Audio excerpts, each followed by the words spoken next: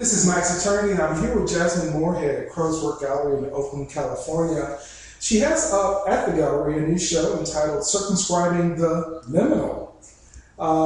Jasmine's going to tell us a little bit about the show, what the word liminal means. Of course, we've heard of subliminal, but she's going to give us an interesting, unique definition of liminal and talk a little bit about three artists that are in the show. Jasmine, could you first tell us how you came up with the title of the show? Well, in general, I think I'm interested in in-between spaces, and that's what liminal means. It's the threshold. Like you said, we know the word subliminal, which is below the threshold of our being able to process or our consciousness. Of our consciousness, exactly. So liminal is this in-between state, and it started as an anthropological term describing a rite of passage. And the liminal state was the in-between state where there was a fixed before and a fixed after, but the liminal state was the transition.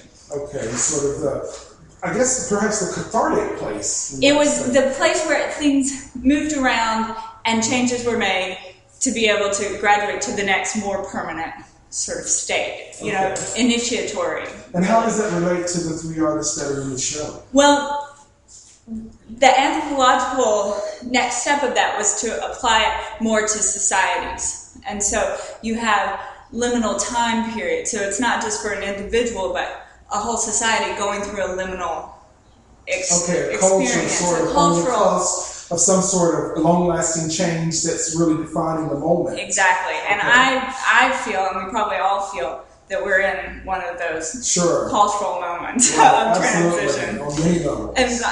On many levels. And what was interesting to me about these three artists was that they were actually trying to say, this is the space. Yeah. And in the case of two of the artists, literally geographically saying, what does this space mean? These boundaries, what does this mean as we're transitioning? And so I was interested in really the artists who, that they recognized this one, but also had the courage to sort of say, let's define it on our own terms. Right.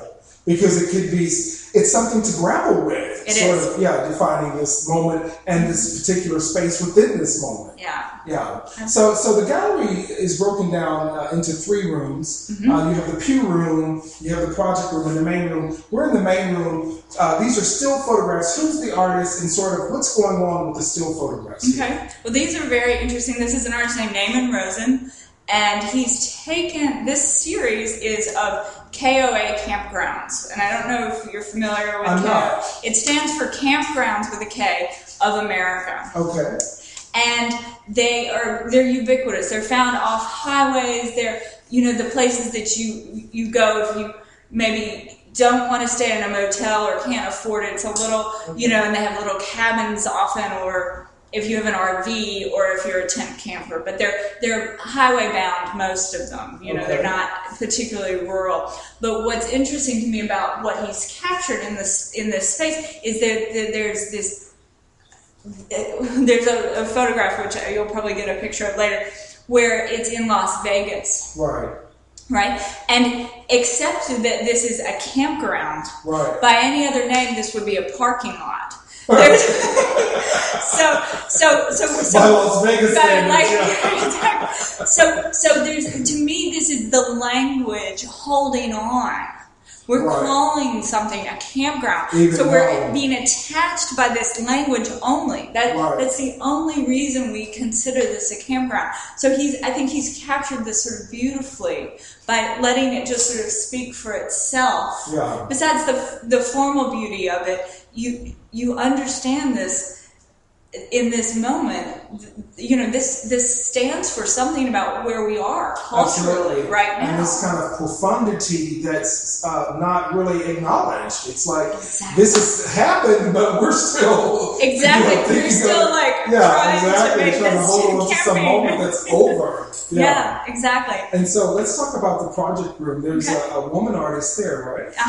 And her name is Teresa Kneff, and she is a video and sound artist, and this piece is very interesting. It's called Animal Bardo, Okay. and so Bardo is the liminal state. It's from the Tibetan Book of the Dead. It's sort of the limbo of, in the Tibetan Book of the Dead, this is where you go right after death. Okay. And you're sort of then either, achieve nirvana or you're reincarnated. You're reincarnated. And so this is that exactly in between realm. But what she's imagining, which is very interesting, is animals in this Bardo state that are extinct. So they have no bodies to reincarnate into. So the sound of this is very potent. It's this sort of almost writhing. It's tough. I mean, there's a real emotional quality to it, and the graphics of it are very dark. It's this water, and at the end, absolutely. Yes. So it's pairing this sort of emotional pain of the sound with the solemnness of the visuals. But again, saying here's this area that should be a transition to something. What's happening if we're stuck there? Right. Absolutely. And what happens if we, don't know where to go from there? Exactly. If we can't go anywhere from exactly. there. Sure. And so in the P room, let's see, what's happening there? Okay. This is a video artist. She's Egyptian by birth and Middle Eastern roots. And she lives in Egypt? She lives in Egypt. She graduated from the MFA program at the California College for the Arts last year. So she was here for a little bit. But now she's back in Egypt. And of course, we all know what sort of the Egyptian exactly. Yeah, So it's a very the video. There are 3 videos, but I'll talk about one specifically where she's essentially redefining what compound.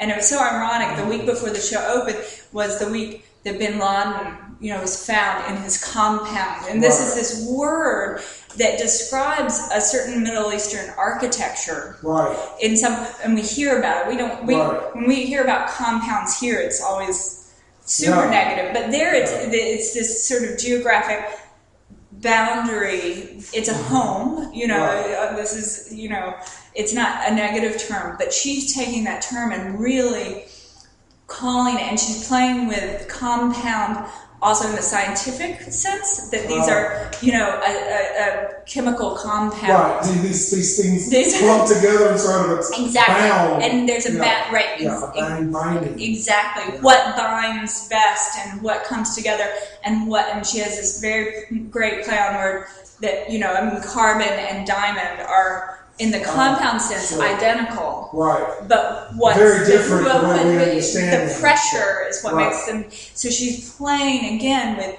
what are these boundaries and how do we rename them on our own terms and turn graphite to diamond. Wow. So it's pretty fabulous.